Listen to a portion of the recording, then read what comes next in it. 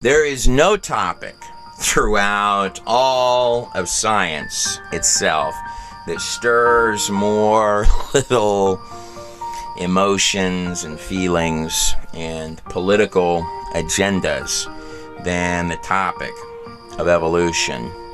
Slipshort lunchbox answers to the very questions that matter most. The very same questions, incidentally, that one would ask if they woke up in a ditch.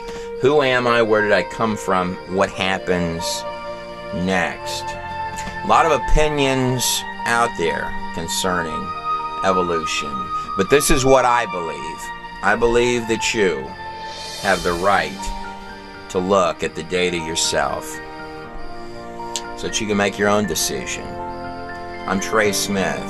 You're watching a portion of the DVD, The Theory of Everything. Welcome to the Evolution Test.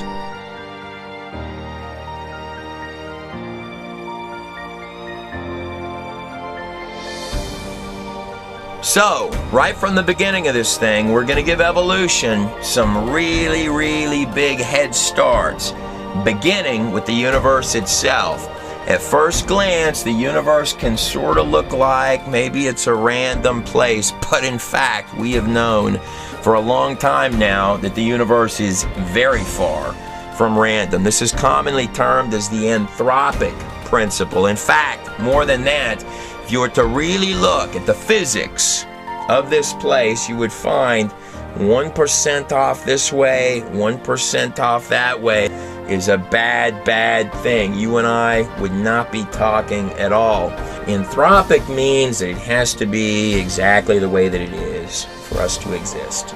More than that, when it comes to, say, the cosmological constant, you wouldn't even find an atheist physicist who would tell you that they believed that one was accidental. The fine-tuning of the universe is not a little bitty issue. But nonetheless, we're going to start with the whole package. Evolution gets the universe, the whole construct and shebang with all of its precision from the beginning for free. And within the inside of that universe, we're throwing in the Earth as well. Don't worry about that big number there and all of those impossibilities. We're tossing it into the package for free for evolution as well. Evolution does also appear to defy entropy, the second law of thermodynamics, that things decline over time. We see species go extinct. We don't have one recorded example of a new species ever becoming, but we do have plenty of examples of species going away. The dinosaurs would be an example of that. When I say species, I mean an entirely new kind of creature emerging to become. So it violates entropy, but don't worry. We're going to go ahead and give evolution a free pass on that one as well for the purpose of this. It is true that evolution also violates biogenesis, which states, of course, that life only comes from other life. Evolutionist Sir Fred Hoyle stated, and I quote, that believing that the first cell arrived by chance and accident is like believing that a tornado could sweep through a junkyard and create a Boeing 747. It's not just species that we don't see becoming, but on the cellular level, we've never seen a cell come from anything other than another cell. Now, just like entropy, we see cells go away. We see them mutate and die, but never see a cell become. And just like the cell, we've also never seen a DNA strand come on its own. A digital coding for life, any kind of life, even the smallest form of life, we've never seen the digital coding become. That's another problem. And you need both simultaneously. But for the purpose of this, we're going to do that. It gets the cell and it gets the coding both combined from the start. So I need the digital coding for life to happen from inorganic materials somehow, whether it be Moses, sort of a volcano did it, or others propose lightning struck and produced the digital coding, or if you want to view that things were shaking around in sort of a cosmic soup, by some mechanism, I need actual sophisticated code that is tens and tens and tens of thousands of times more advanced than this laptop and the entire computer setup combined in every single strand. It can't have any junk code in there. It's got to be tit for tat on every line, because the digital software is making up the living instructions, click by click by click, line by line, for life itself. But even though the three-dimensional digital coding for just one single strand of DNA is really incredibly complex for us, that's just where it begins to get tough, because now I've got to have trillions and trillions of strands of digital software come together like a perfect glove, coordinating in each precision piece to create little bitty fingers and little arms and little legs and little bitty toes. Then I need different kinds of software to all come together for every type of tissue, for the nervous system, for all of the functionality, including the human mind itself, every organ, every cell, every system, all built and comprised and pulled together from digital software, including all of the billions of neurons that make up the brain. And then, as the final touch, you need the miracle of miracles itself, consciousness. It does sort of seem like an awful lot of very mysterious accidents. Was Dr. Chuck Missler, a man who received congressional appointment to the U.S. Naval Academy, was a former branch chief for the Department of Guided Missiles, serving on the board of directors of a dozen companies, CEO of 6 of them, helping the Ford Motor Company, where he established the world's first international industrial computer network, and of course becoming one of the largest, at one point, shareholders for Western Digital, who stated, and I quote, "It is only when one becomes truly knowledgeable of science itself that one becomes extremely comfortable with the book of Genesis. But don't worry about biogenesis. For the purpose of this test of evolution, not only are we kicking entropy out of the mix, but we're kicking biogenesis out of the mix as well. Not only that, but I'm going to give evolution all of the digital coding that it needs from the start. I'm not going to require it to have lightning bolts or cosmic soups. I'm going to give it to it for free from the start. We're also going to need our symbiotic relationships as well. Everything here, most especially the biological living life forms on this planet, are dependent on all sorts of systems. But there went up a mist from the whole earth and watered the face of the ground. If we were intellectually honest about it, the symbiotic relationships that we would need, particularly for the biological stuff in a single cell to exist in this place, would be trillions and trillions and trillions and trillions of things when we really began to poke through and see how many things was actually dependent on. And to be intellectually more honest about it, would probably turn out to be the entirety of all of the systems on the Earth itself, or a significant portion of those systems. But just to keep this simple for this test of evolution, we're going to toss all of that stuff out of the mix. In Genesis 1:11 it states, "And God said, let the earth bring forth grass, the herb yielding seed, and the fruit tree yielding fruit after its kind." Single cell, again, the odds of one cell in this place are 10 to the 39,970 to 1 for one single cell. Of course, anything over 10 to the 50th power in mathematics is considered absolutely absurd. They're believed to be 10 to the 82nd power atoms in the entirety of the universe. But for the purpose of this, we're going to have to, at bare minimum, give our test the symbiotic relationship of at least the plants. "And tree yielding fruit, whose seed was already in itself after his kind also. And God saw that it was good."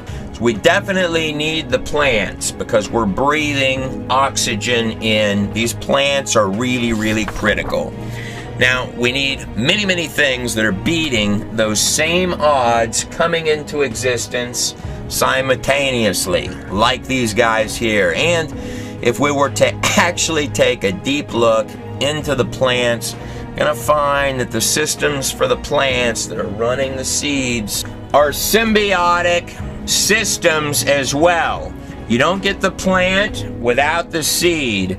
And the seed, mind you, is a biological program as well. It's got all of the coding intact with no spare coding to make a plant or a tree. It's got to have all of its little parts doing all of their little jobs from the start. But nonetheless, for the purpose of this test, it gets the cell, it gets the seeds, it gets the trees, it gets the coding, it gets to violate the entropy, which we observe every single day, that things decline over time, not improve.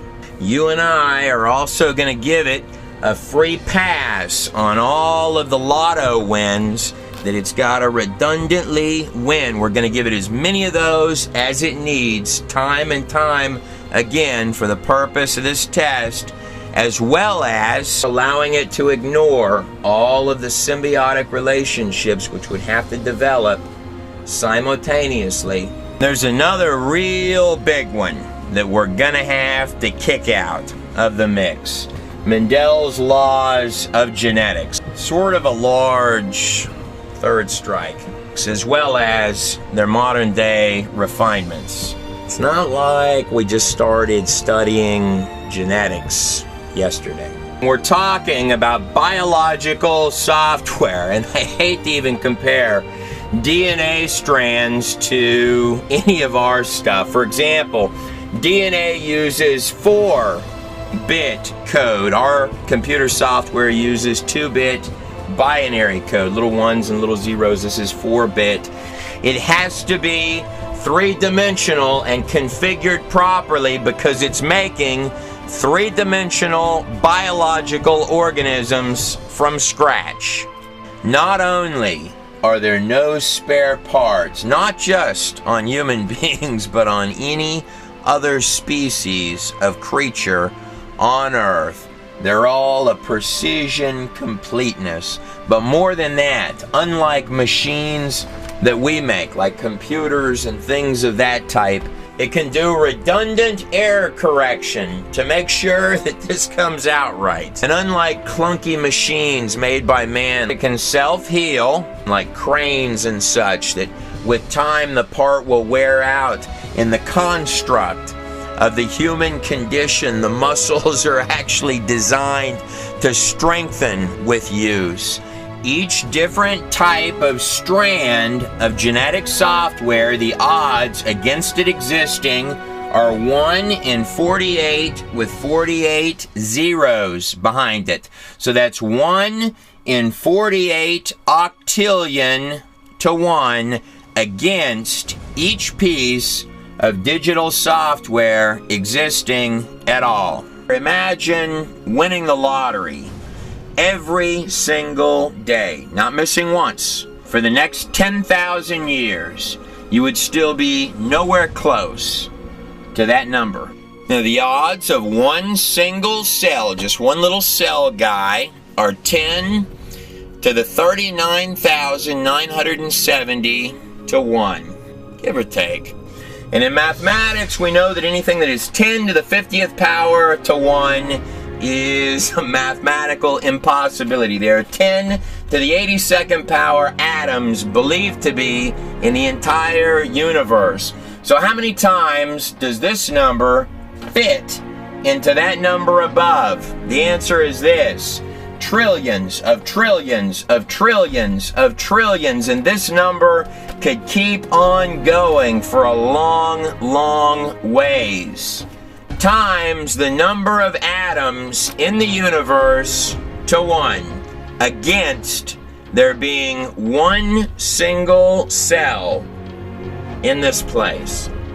I went with the lowball numbers on that, by the way.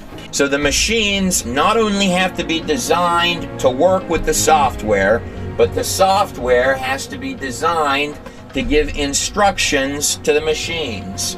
So when you hear the scientists marveling, saying, how can this happen on its own? Why are the numbers this bad?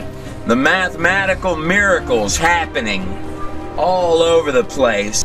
That's why the numbers are that bad. At some point on the timeline, order does have to occur because we're here, right? Then it's about to get more intense because the digital coding in your cellular factories is about to have to coordinate and come together. That gets you one single cell and all of the factory parts that are moving inside that cell, and the little digital DNA software running the cell guy on top of the earth that shouldn't be there and the universe that came out of nowhere. But this right here is the point where the accidents have to go sheer precision. That's a human heart right there, surgical. These accidents have got to be shoved violently into hyperdrive. Millions and millions and millions and millions, and that is a very sophisticated piece of machinery. You do not want the digital instructions that are all coming together to create that guy. You cannot have trial and error. A little bit off this way, a little bit off that way would be a bad, bad thing.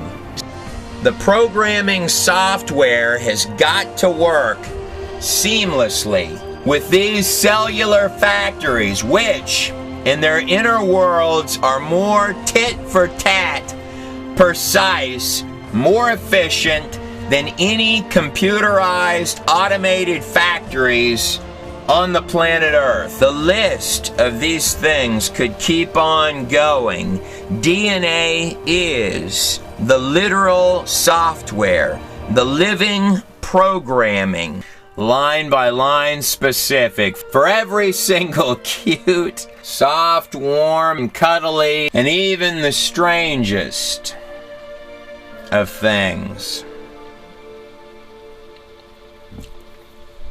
Bottom line, DNA is the software which makes up all of the different types and kinds of species on this planet. Each creature has exactly the coding that it needs to become whatever type, kind, or species of creature that it is. There is no junk code in DNA, nor is there junk code in the cells which the DNA software runs inside of, or the organs which those cells make up, or the entire functional systems of the living biological organisms themselves. The Russian silver fox experiments, going on now for more than 50 years, are one of the more beautiful examples of animals, in this case foxes, producing, limited to their genetic kinds, the array of variables and appearances within animal types.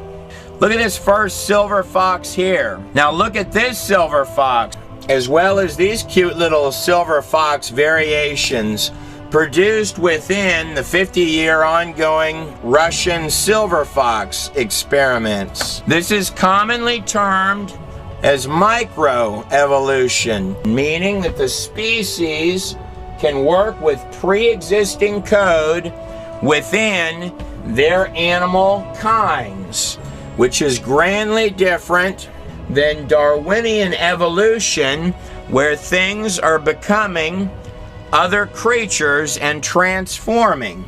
These animals are restricted within their animal kinds. Bottom line, this fox can have other variations of foxes, but its genetic coding does not contain the information to turn into a whale. Actually, genetically speaking, everything on this planet is losing genetic information. This is particularly observable in viruses, but in all the creatures on the planet, we're actually degrading, just like with entropy, and losing species counts. The current numbers on extinction rate are anywhere between 1,000 species a year to 10,000 between all of these types of creatures, and depending on whose numbers that you listen to, but we're certainly losing things and not gaining them. And the same applies to our genetic coding. So, in theory, if you rewound time, the genetic coding in the past, further up this line, would be stronger. In every living creature on the face of the whole earth, the DNA is weakening. It's degrading. Just like when you make a copy of a copy of a copy of a copy of a copy of a copy of anything, it begins to lose information, not gain it. But don't worry, the DNA is tough digital coding. It's well-built stuff. And every type of creature has 0 mutating parts on its body that would hinder its chances for survival if it had things mutating.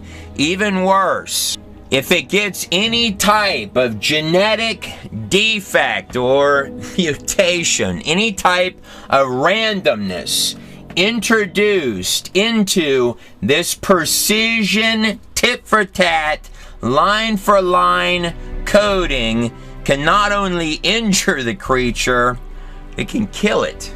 That's all just the baseline stuff. If we were to leave Mendel's laws of genetics into this test of evolution, that would, let's just say it kicks up the toughness for this guy here another few trillion notches. The genetic software that makes up a bunny rabbit is entirely different from that makes up a turtle. The two cannot mate. It is a software disconnect. When you're dealing with biological software, just like dealing with regular software, programs and files, the coding has to match up. Line by line by line. Now, different programs have different coding, and they're only designed to work with specifically the coding that works with each program. The genetic coding, the actual digital software inherent in dogs, at least naturally, without any engineering done, any intelligence or any mucking with the code, the software inherent in dogs will only work or produce other breeds, other kinds of dogs. It's only compatible with other dog types. Same thing applies with horses and those that breed horses. With horses, the genetic code inherent in these creatures is only compatible and can only produce by any natural cause other breeds of horses. These genetic laws are particularly important when you're dealing with animals that look very, very similar, if not identical, in many, many ways. They may even have parts within their bodies that are absolutely identical to one another. Appearances can be deceiving, just like if you had two separate factories with similar or identical machines in each one, yet both factories are running different genetic software. You probably heard it said that horses, or animals that were like horses, wanted to reach tree branches, which were way up high, so the horses over time grew longer and longer necks so that they could get at those taller branches, eventually becoming giraffes.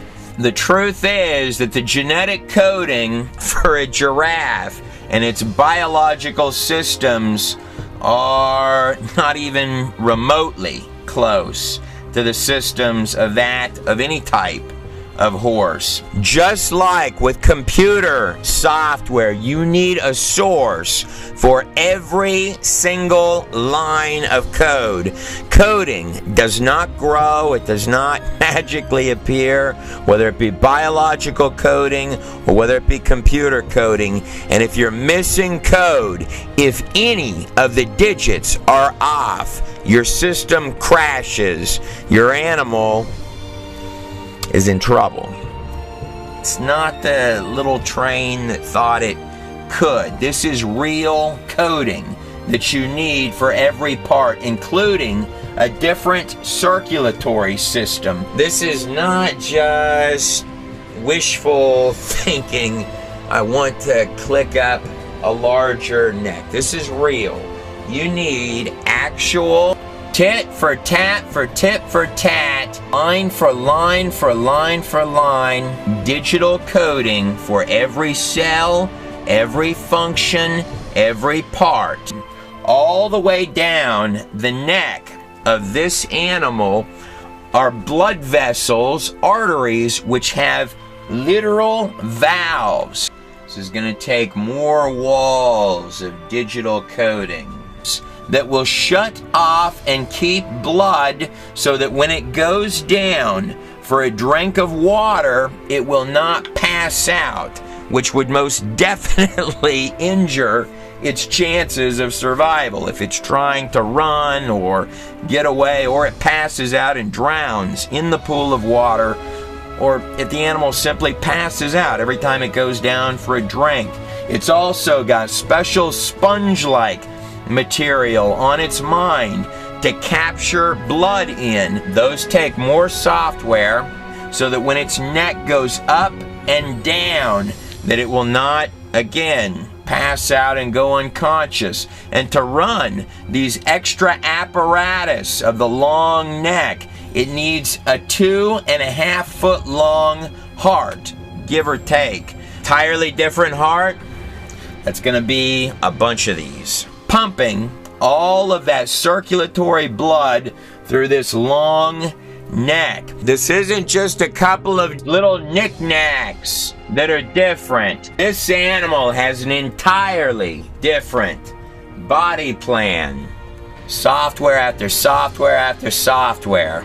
If it were missing one piece of any part of this animal, the giraffe, would not exist. Once again, from inorganic material, I need trillions of lines of precision three-dimensional software to mysteriously appear.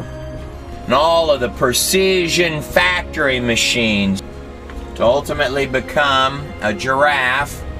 It cannot stop there. From the inorganic material, it's got to also make trillions of more lines of code and the unbelievable machinery that has to go through and do all of the reading and the duplicating to make complete baby elephants from inorganic material.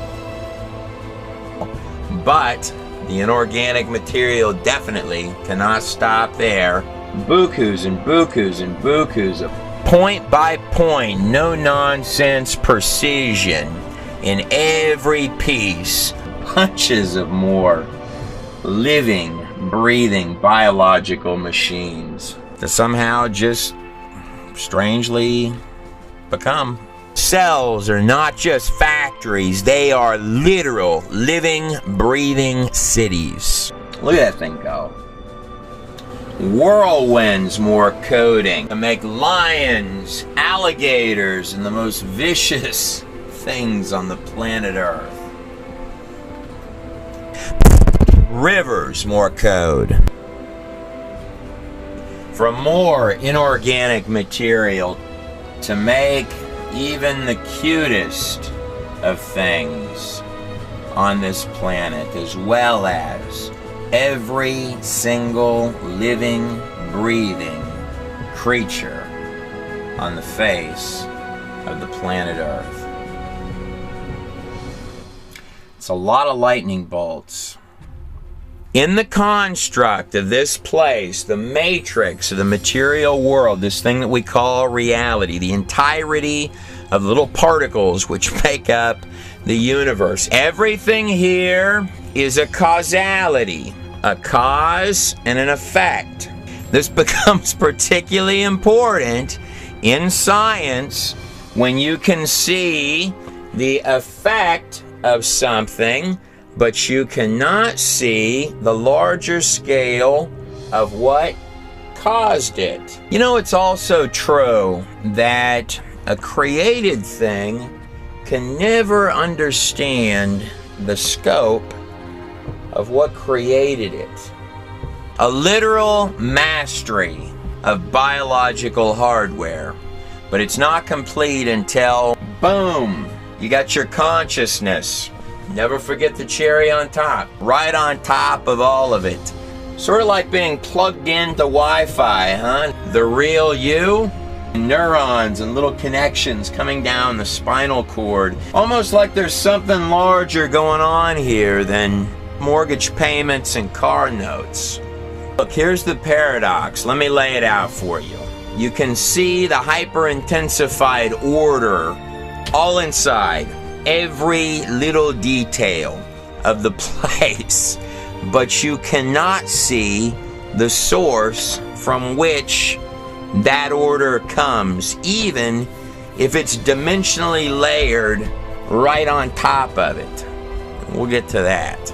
The very spot within the life sciences where the matrix of all the little bitty fabric of machines and cells and parts that have come together to make the beautiful construction of these biological machines within the matrix of this place gets smack dab hit with the neurosciences. There is no point within those two sciences alone where you're going to run into the metaphysical, the dimensional, and the spiritual faster than that point, to give all of these precise directions to the parts right at the moments that you think about them. I mean, some kind of a point of translation. There's got to be a little bit more going on in there than just little electrical connections. In both the Greek and Hebrew texts, it refers to the human body as a temple that are zipping this way and that, not in any random fashion, mind you. The ghost in the machine, the actual intangible conscious being that makes up what you call you, operating through a physical apparatus of the human body. The intangible controlling the tangible, the very spot where some might argue two dimensions meet. Right here in Genesis 1:27, it does say that God created man in his own image. It's a bold statement.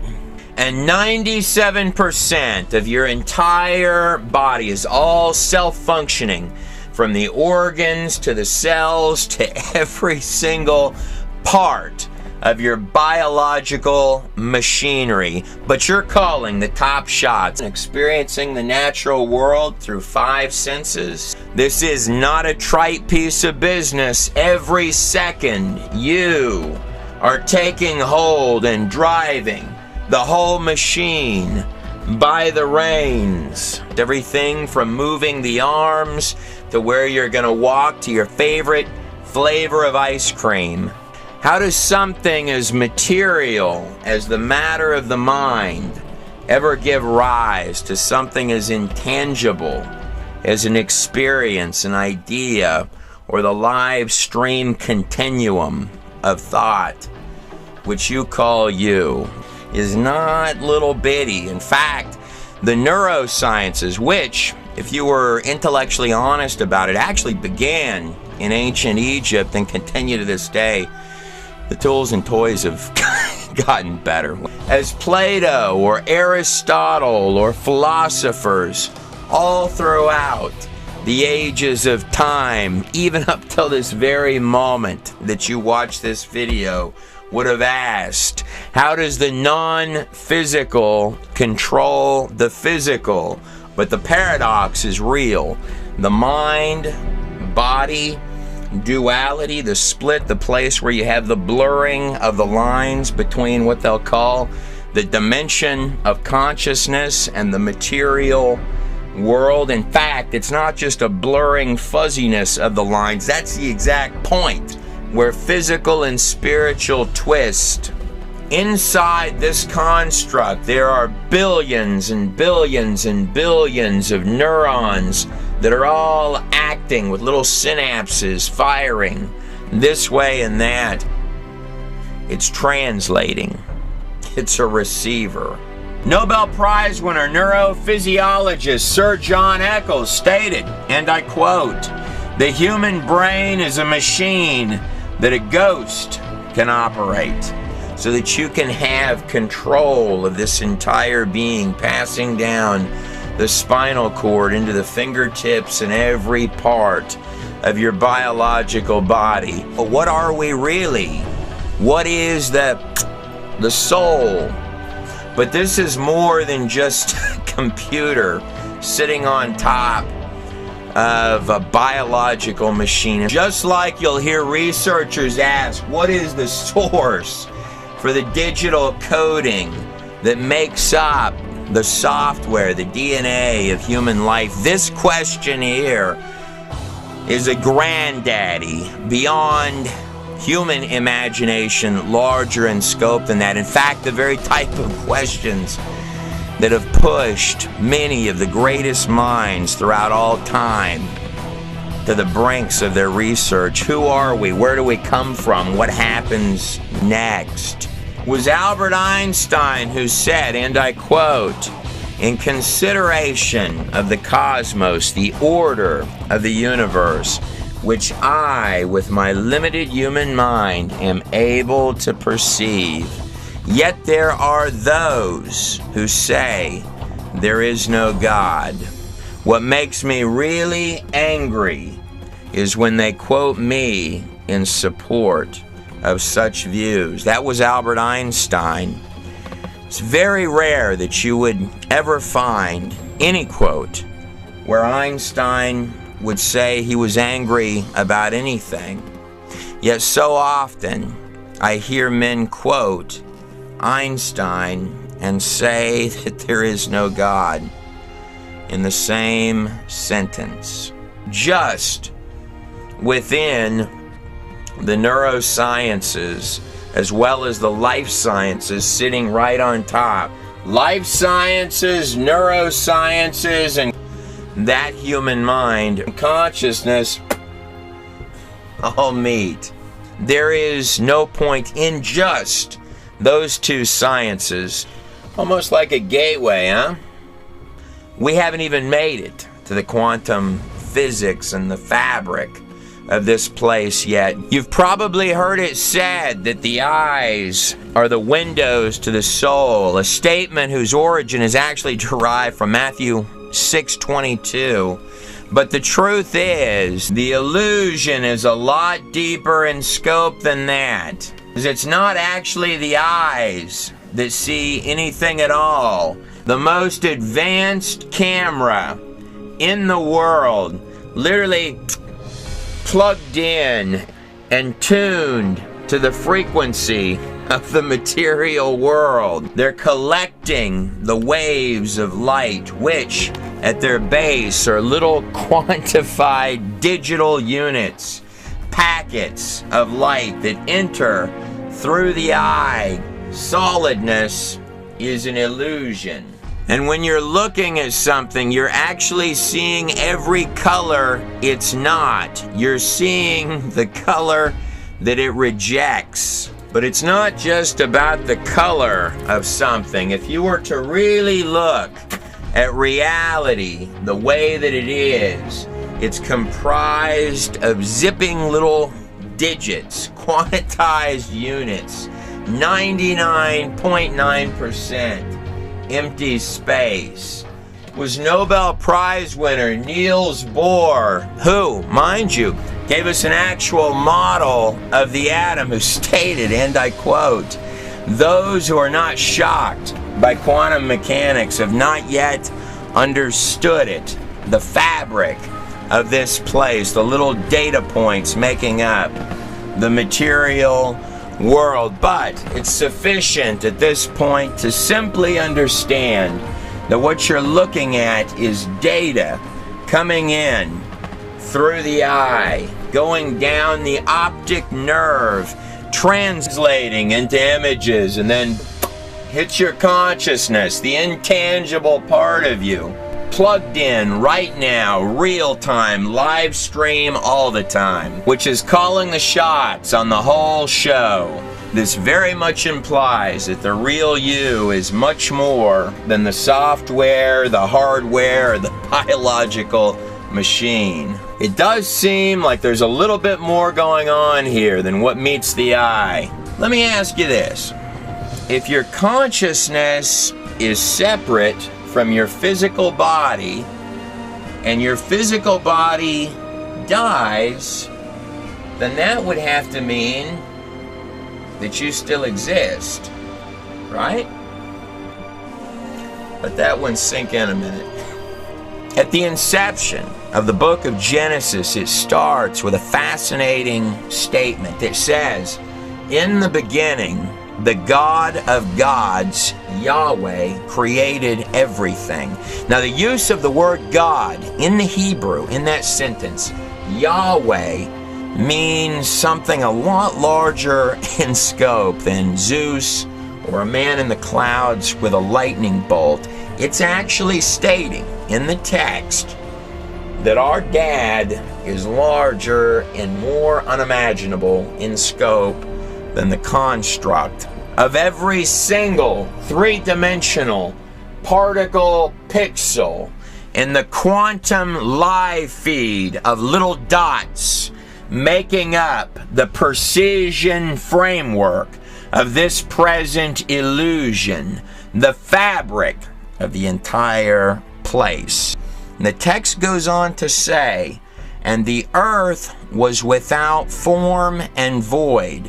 Now, in the original Hebrew, that sentence actually reads, "And the earth had become without form and void," as if to indicate that the place itself, the entire construct, is older than where our story begins.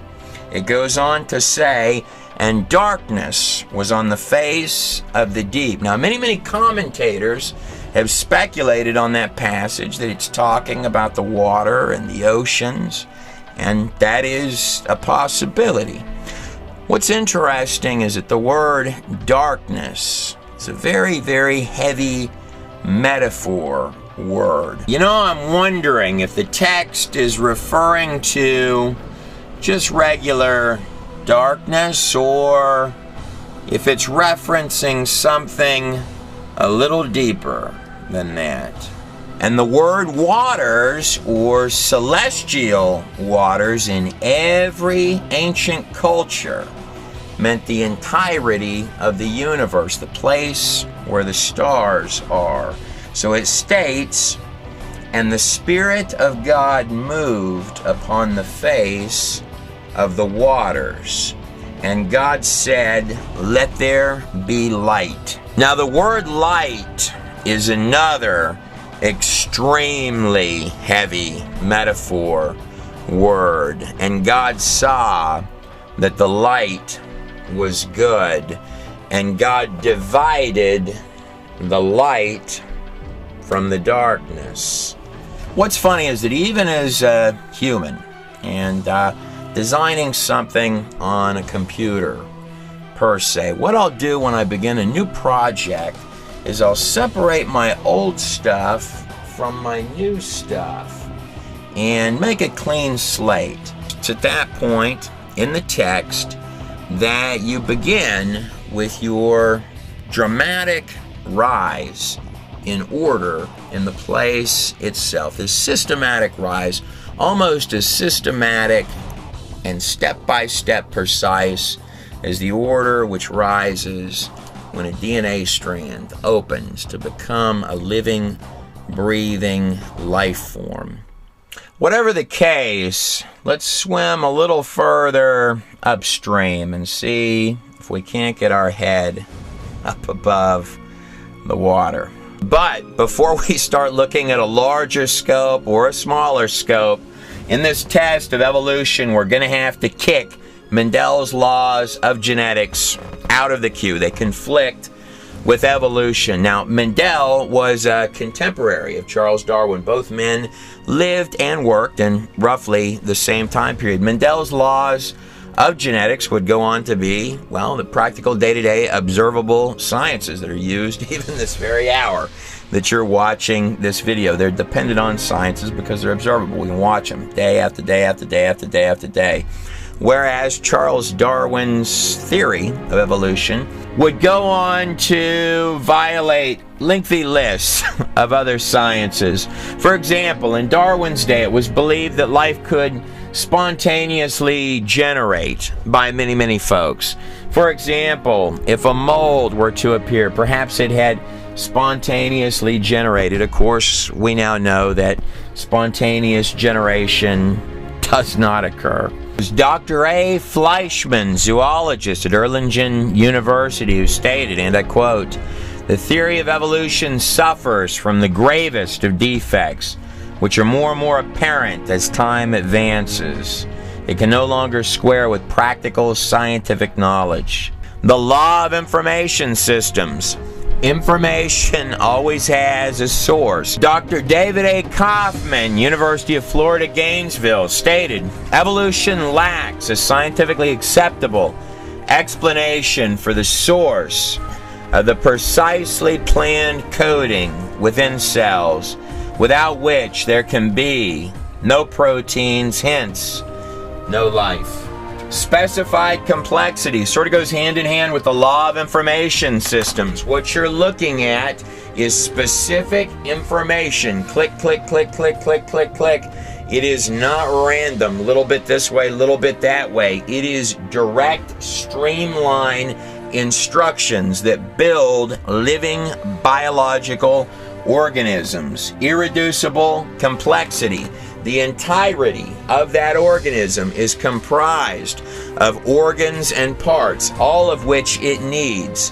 Those parts are comprised of cells, which require all of their parts. Those cells are run by digital software, which require all of their coding from the information systems to run the inside of the cells. All of these parts are made of quantum particles, which are not random either. It is irreducibly complex from bottom to top.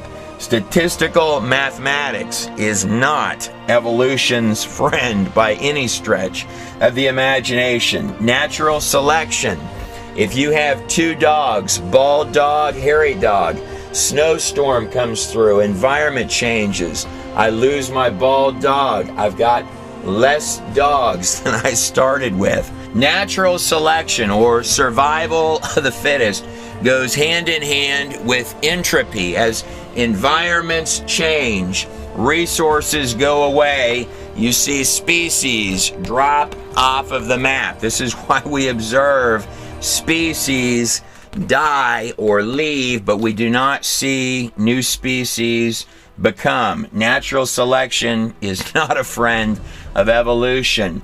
The fossil record. Tom Kemp of Oxford University stated, and I quote, "As is well known, most fossil species appear instantaneously in the fossil record." Genetic complexity, information theory. The truth is that if we were to really go through the entire list of places where there's a 180-degree conflict with evolution, we would be here for weeks. So I'm going to rip all of it out right this second, toss it to the side, level playing field. Let's put evolution to the test. It was in 1859 that Charles Darwin proposed the origin of species, that things evolve into other things. So see the dog, he jumped in the water and he is deciding he's going to sort of grow these fin-like things. See, so the dog ultimately turned into a whale. See how the theory works? Now, mind you, in 1859, when this was proposed by Darwin, it was believed at that time that a single cell was as complex as a ping pong ball. And God created great whales and every living creature that moves, which the waters brought forth abundantly after their kinds. So here's one of the proposed charts or ascent transition lines for evolution, and you can see the drawing here is indicating that the fish is growing arms, which are going to form a different head and become a tail, and now it's getting fingers down here. The problems with this are intrinsic, beginning with, of course, the digital programming code of DNA is just like software coding for a program. If a program picks up any junk code, error code, or mutation code into any of the lines of its complete coding, it will by no means make a better program. Even a single human finger is beyond imagination in precision programming scope, but the problems are larger than even the genetics. For practical example, you may have heard it said that dinosaurs became birds. A bird's wings make the neck on the giraffe look like absolute child's play. You are talking about going from a functional leg on an animal into an apparatus, a functional apparatus that flies. If you took every piece of sophisticated military hardware for aviation that we have ever devised, collaborated them into one single entity or organism, you would be nowhere close to the sophistication of the systems on one single species of bird. Our best technology, some of it extremely impressive, but also in terms of practical reality, primitive, sort of clunky, as well as resource consuming, inefficient, and often very catastrophic by comparison to this creature right here. Majesty of just one of these biological masterpieces. The birds sort of make the whole flying thing look easy, don't they? Not to mention the fact that if you've got a leg becoming a wing, it's going to be a bad leg long before it makes a good wing. If an animal was mutating in any way, that's going to injure its chances for survival. Not one change of species into another is on record. We cannot prove that a single species has ever changed. That quote is from none other than Charles Darwin himself. Now, each program on this screen has exactly the coding inside of it that it needs at the very start. Otherwise, the program would not exist. So if I've got a monkey that is slowly turning into a person, there has to be actual cellular coding for every little tiny piece of the transition, just like these computer programs on this screen will only open to become what they are because their lines of software coding only have the specific line-for-line instructions to open and become whatever the program is. You need precise code for every single line, because just like computer software, this coding has no extra instructions for making spare parts. It has exactly inside those digital instructions the coding that it precisely needs to make the organism exactly as it is, with no spare coding. What do you imagine might occur if I took one of these programs on this screen and began adding random lines of mutant junk code to one of these programs on this screen? Would it increase and make the program evolve to become a better program? Or, option B, do you think that adding random code, junk code, and mutation code to precision genetic software might not ever get a dog to change body plans and all of its genetic coding and become a whale? So what do you think? If we were to add junk code to one of these pieces of software, one of these programs, does the program fall apart, or does it become a better program? And whatever the case, evolution is stating that random accidents in the precision genetic coding began to accidentally spit out every direction and every kind of creature and species on the planet Earth. Despite the entropy, biogenesis, and all of Mendel's laws of genetics, and also ignoring all of these basic day-to-day observable sciences, one would anticipate that the evidence for all of these transitions, which would have to occur, spitting out mutant animals and creatures in every conceivable direction, should be readily available and easy to find within the fossil record. Strangely, though, the evidence on the entire face of the whole planet Earth for all of this science-defying activity seemed to be primarily confined to this single set of monkey bones. Jeffrey Schwartz, in his book Sudden Origin, stated, and I quote, "Given that evolution, according to Darwin, was in a continual state of motion, it follows logically that the fossil record should be rife with examples of transitional fossils leading from less to more evolved.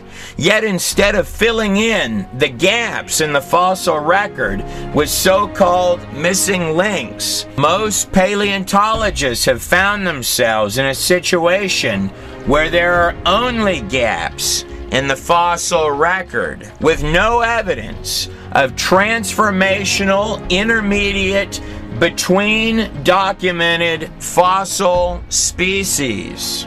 So despite just what Charles Darwin said in his own day, that there is no evidence of species changing from one to another, and the fossil record working to further illustrate that animals stay within their spectrums, not seeming to have fossils that change into one another. N. Eldridge stated in his book, The Myths of Human Evolution, and I quote, "The fossil record flatly fails to substantiate the expectation of finely graded changes over time." Despite all of that, the fossil record and all of the sciences, let's go a tad bit deeper. Because one would think if you were going to search for evolution, surely you would find it in the simplest of insects. Now, it is true that since the early 1900s, almost 100 years now, we've been doing fruit fly experiments. Tens of thousands, probably millions of generations of fruit flies at this point have been bred in labs, and they do all sorts of weird stuff to them to try and encourage mutations. They're trying to get them to have a mutation that has a genetic benefit as well as pass it on. Basically, they're trying to prove evolution. At this point, with tens of thousands of these that have occurred, the statement that arrives from the fruit fly experiments is that they appear to be immune to evolution. And they use the fruit flies because they have short lifespans, about 11 days. On top of that, the flies are really inexpensive. They're cheap. In fact, was it not Morris Colry who said, out of our 400 mutations, there's not one that can be called a new species? Or Norman Macbeth, who quoted, "If 1,000 mutations were combined all into one specimen, we still would not have a new species." So this guy here is a motor protein headed towards the nucleus of the cell on these little bitty highways that, or perhaps you may prefer Francis Hitching, hardcore atheist, mind you, who stated, and I quote, "The fruit flies refuse to become anything other than fruit flies under any circumstances yet devised." He's battery charged by the mitochondria. Or, just for good measure, how about Gordon R. Taylor, who stated, "It's striking that geneticists have been breeding fruit flies for more than 60 years all around the world, flies which produce a new generation every 11 days. Yet they have never seen the emergence of even as much as a new enzyme." And these guys here are little bitty turbines which are turning, and they're powering billions of little mitochondria batteries. But even if you find deterioration in the insects and you can't find evolution in them, surely at least you could find some kind of improvements happening even in the microscopic world of the little bitty cells, wouldn't you think? And it's not just the fruit flies that they've been trying this mutation thing on, mind you. Michigan State University evolutionary biologist Richard Linsky and his colleagues have searched for signs of evolution in bacteria, single-celled bacteria now for more than 20 years, tracking more than 40,000 generations. And in the end, right now up until today, every part of the cell is doing a job that functions. Some other part have been, at bare minimum, just lateral most in sheer volume, degenerative. A fact which caused University of Bristol bacteriology professor Alan Linton to state, "Where's the experimental evidence? None exists." In the entire history of mankind, more importantly, the history of science itself, on the entire earth, there's not one experimental example to date of a cell mutating one single upward notch of function or new improvement. And it's not for lack of trying, interestingly enough. Where's the experimental evidence? Alan Linton continues. None exists. Bacteria with generation times of 20 to 30 minutes. But throughout the 150 years of the science of bacteriology, there is no evidence that one species of bacteria has ever changed into another despite the fact that populations have been exposed to potent chemical and physical mutagens. The cell needs all of its parts to function. Those parts all work together as a whole. If something comes in, like a virus attacks the cell, or the cell mutates for some reason, this not only can injure its chances of survival, but more than that, can actually kill the cell, can destroy the cell. It has to be healthy and functional with all of its pieces doing their jobs. If something comes in and interferes with that, it doesn't become a better cell. Allen continues, since there is no evidence for species changes between even the simplest forms of unicellular life, is it not surprising, he continues, that there is no evidence for evolution throughout the whole array of multicellular life on this planet? That was Dr. Alan Linton. The biological life forms on this planet are not just comprised of little bitty cellular factories that are more sophisticated than every single automated factory on Earth combined into a space so small that you can barely see it with our largest microscopes, and then run with digital precision software. But the inside of those cells are made of little bitty machines all doing things so that you and I can even exist at all. It was Dr. Doug Axe and Dr. Ann Gauger that came up with these numbers here. Assuming you started with your complete cell, your complete Earth, and you've got your digital software running inside the cell, now you need coordinated mutations, coordinated accidents to occur within these strands on the DNA. So, to get 6 coordinated mutations to produce one new beneficial function on the inside of a single cell would take 16 billion years. 16 billion years is the currently believed age of the entire universe. I didn't like their numbers, so I kicked it way up. Why not? The 1 trillion coordinated mutations. That would be almost enough for one earthworm, give or take, on this planet, which shouldn't mathematically be here. If we were to speed him up, he's actually walking a lot faster than that. I don't know. Just doesn't look random to me.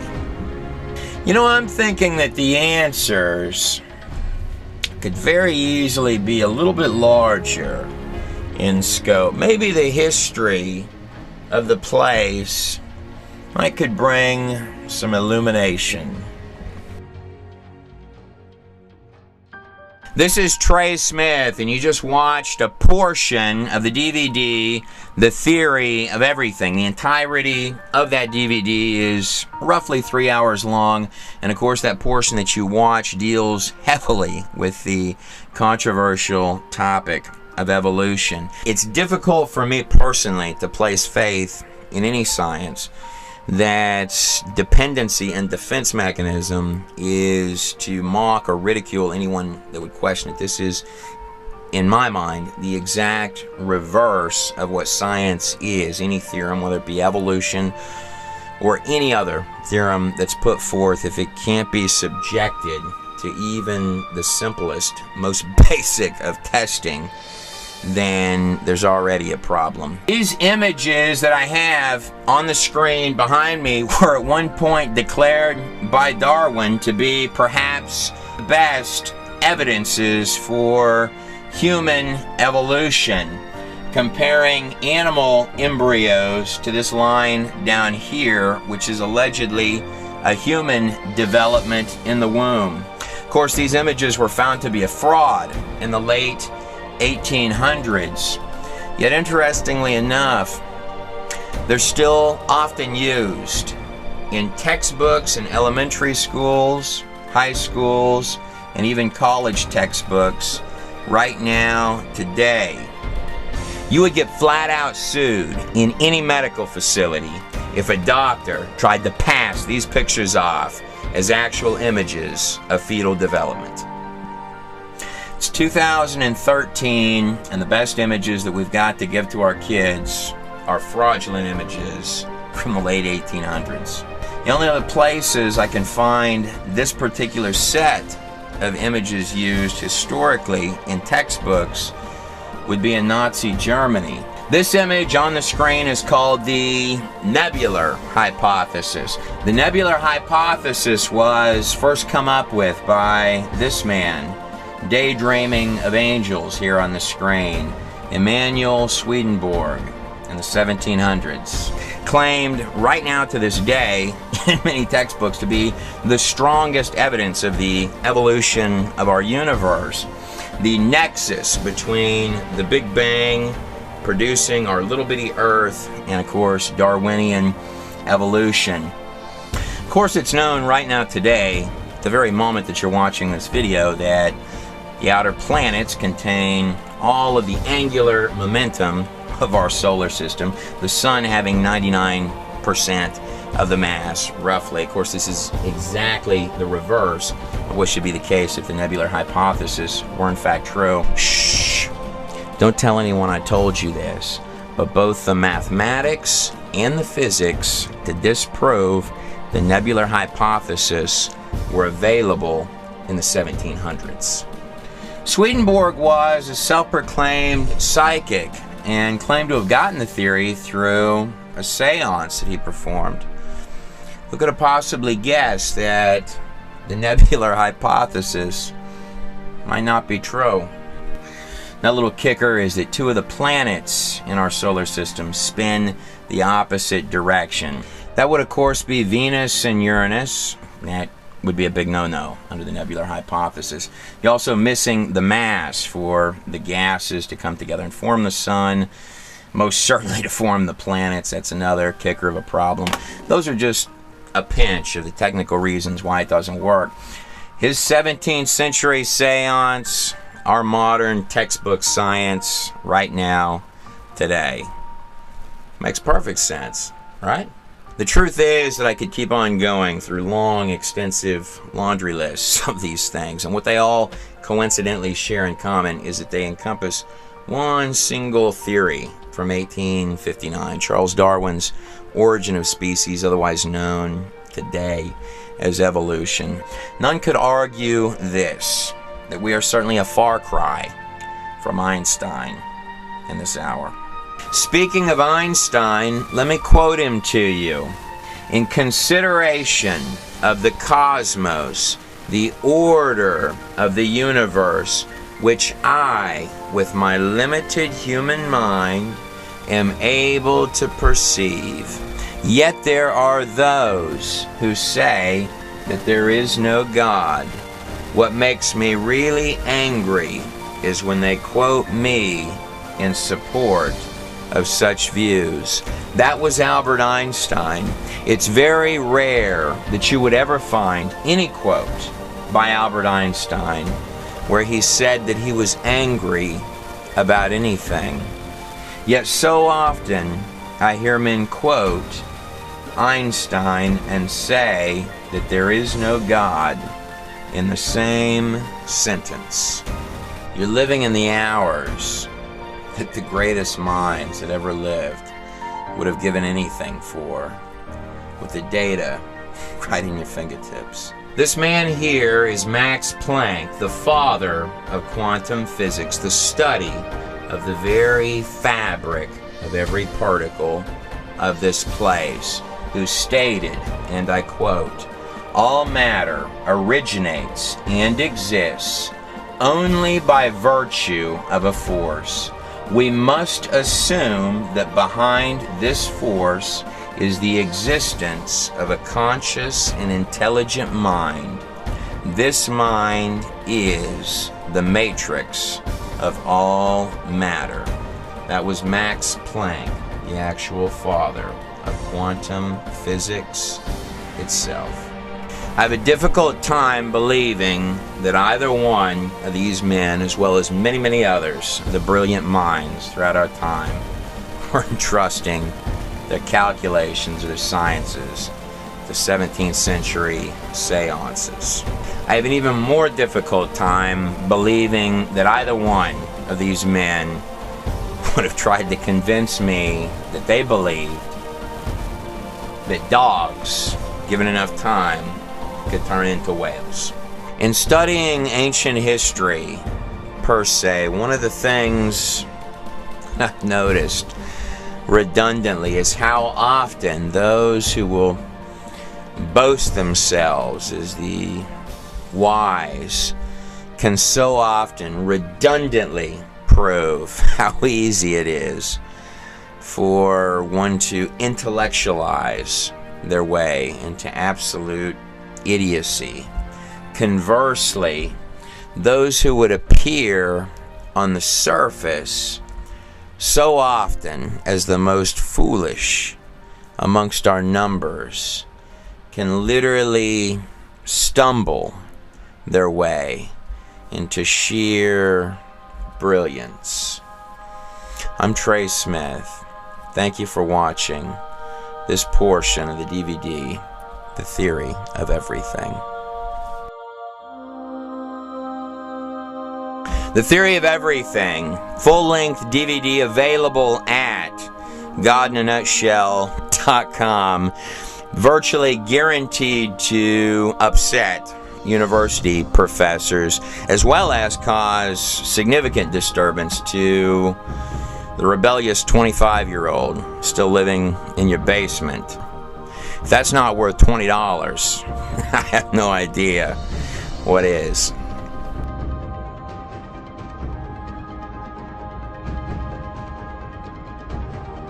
It also sort of does look nice on a coffee table, doesn't it? Also, you may want to take a minute to explore the website Thieves, One Dirty TV Pastor and the Man Who Robbed Him. In 1999, I committed a safe robbery on a television pastor named Mike Murdoch.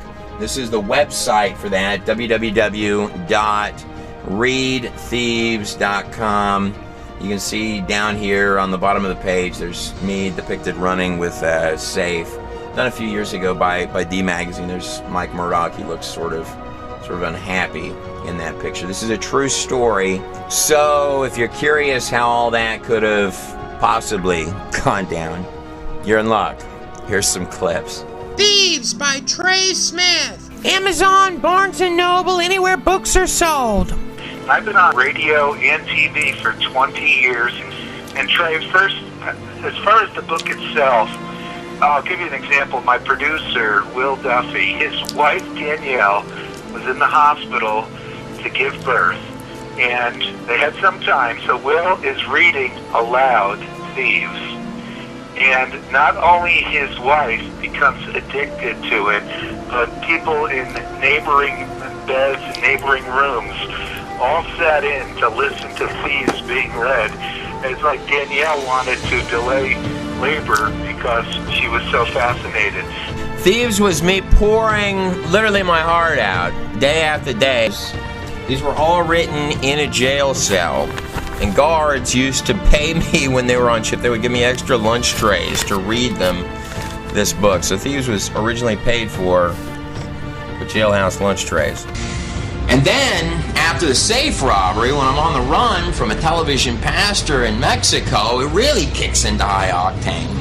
Sometimes I would just stop and say to myself, there's not a lot of really great ways for any of this to end. Crazy as it seems, though, it did all end well. I promise. Thank God for that. I'm pretty certain that you're not going to find anything like this anywhere. I wanted to tack a note onto the end of this video and state to you that that book Thieves, from start to finish, no matter how fun it might be to read, does not in any way represent who I am today. And more than that, I've not only asked forgiveness in my own heart, but from a great many parties who are in that book and who are not in that book that I needed to ask for forgiveness from. More than that, I'd like to give a special thank you to ministries, men and women of faith, churches, and organizations all across this United States, because they are not represented. The hearts of the people are not represented by the few that are just take. I have seen so many, both great and small ministries, who no matter who they are, they would give you the last shirt off of their back. And I want to thank them. I'm Trey Smith. God bless every one of you.